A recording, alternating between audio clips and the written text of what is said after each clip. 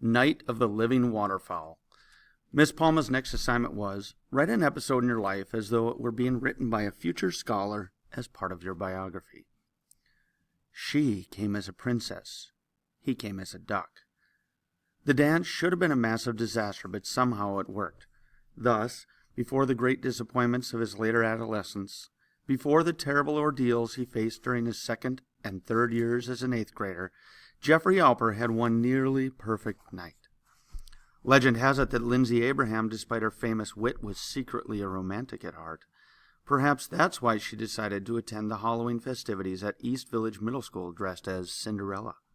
Unfortunately, though, some miscommunication that has been lost to the sands of time, Jeffrey was only told to dress as a Disney character, without any more specific directions that might have led him to choose a Prince Charming costume. So, after many hours of consultation with his most trusted friend and sometimes math tutor, Thaddeus Ibsen, Jeffrey met Lindsay in the lobby of this school on the night of the dance in a hand-me-down Donald Duck outfit. Try to imagine, through the mist of the intervening century, the horrifying tableau. She appears from behind a pillar, gorgeous in silk of the palest blue and purest white. He limps in through the double doors sporting a sailor suit, a jaunty beret, and a bright orange rubber beak. Their eyes meet. He inhales, stunned by the vision before him. She must be somewhat stunned as well. "Jeffrey?" she asks. He nods, his duckbill flapping exaggeratedly. There's a moment of total silence. "Well," Jeffrey mumbles defensively, "you said I should think Disney." And then the unexpected occurs. Lindsay Abraham, princess of the ball, throws her head back and laughs. "God, I totally heart you. You're just so goofy." "Donald Duck, actually," Jeffrey says. She laughs some more and holds out her arm. He blushes furiously but takes it in his own. Together they walk through an arch of crepe paper into their first date. History does not record exactly what is said for most of the next hour, as Jeffrey and Lindsay sit in the gym bleachers talking intensely. However, a passing sixth-grade vampire overhears the following exchange. Lindsay: "So do you want to dance?" Jeffrey: Dancing's pretty hard for me because of the," gestures vaguely in direction of his bad foot. Lindsay looks concerned, then slowly breaks into a mischievous grin. "So do you want to slow dance?" That was on a Friday. Tad came over on Saturday and grilled me for about an hour before he even bothered to mention anything about math. On the one hand, I felt pretty weird discussing Lindsay with him, especially since he had supposedly come down with some kind of miraculous last-minute 12-hour illness that had kept him away from the dance. But on the other, I was busting to talk about it with someone, and Stephen was out of the country. As you might imagine, my parents were an extremely distant third choice. Tad led off with his usual gentle charm. "So, D.A., how was the dance? Was Lindsay all over you like shag carpet? Was she totally hot for your duck-billed bod? Did you sneak her out into the workout room like I told you to? Did you, make out on my favorite exercise bike? Because I'd really want to be warned before Monday if you guys, drooled all over my seat. I mean, there are those disinfecting wipes hanging on the wall by the free weights, but, dude, it wasn't like that." "Oh, you wiped the seat?" "No. I mean, you might find this hard to believe, but we mostly talked." "Excellent.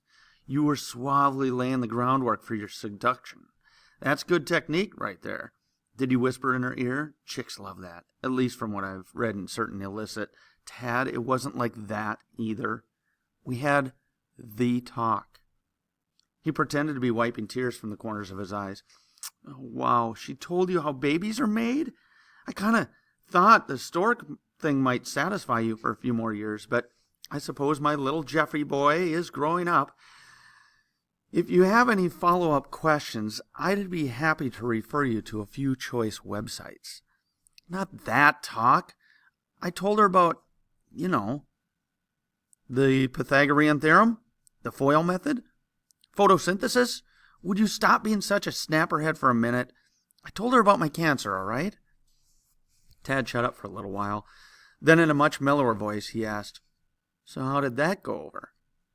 "I don't know. I think it went okay. She danced with me afterward and what?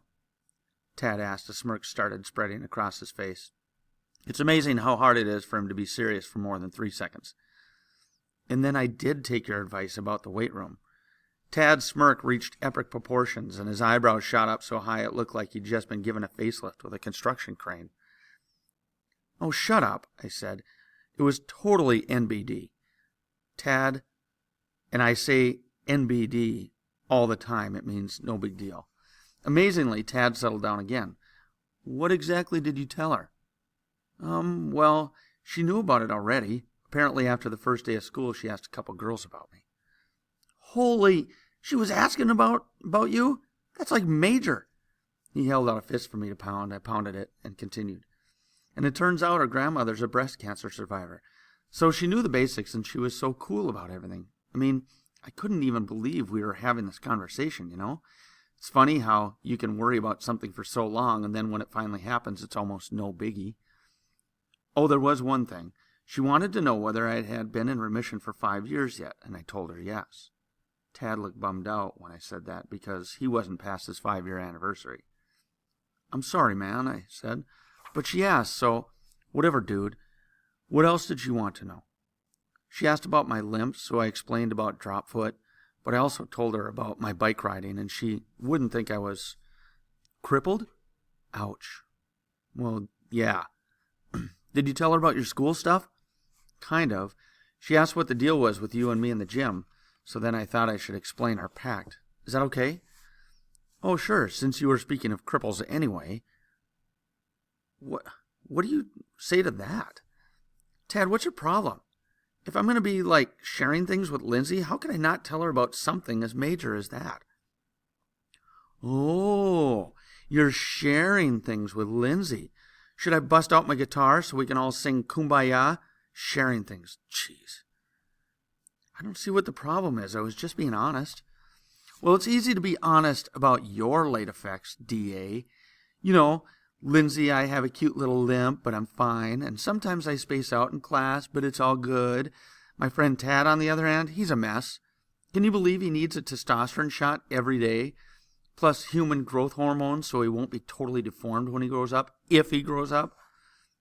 Tad, I didn't tell her all that.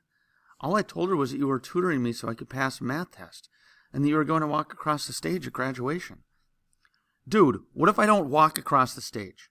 Why would I want anyone to know about that? Did it ever occur to you that I might not want the whole world to watch me prove I'm just as crippled as ever? Look, I told Lindsay how I can't do math to save my life. I don't see how it's different. If you're going to be honest, you have to be totally honest. So, of course, you told her how you threw out the letter, right? I didn't say anything. So you didn't tell her about the letter? That wasn't very honest of you. For the millionth time, I forced myself to take a deep breath. Then I said, Hey, can we just work on math for a while? Absolutely. He booted up his laptop and put it on the table in front of us. But while we're waiting, is there anything I should know about the seat on the exercise bike? I smiled. Maybe. Just maybe. Tad punched me and we got to work.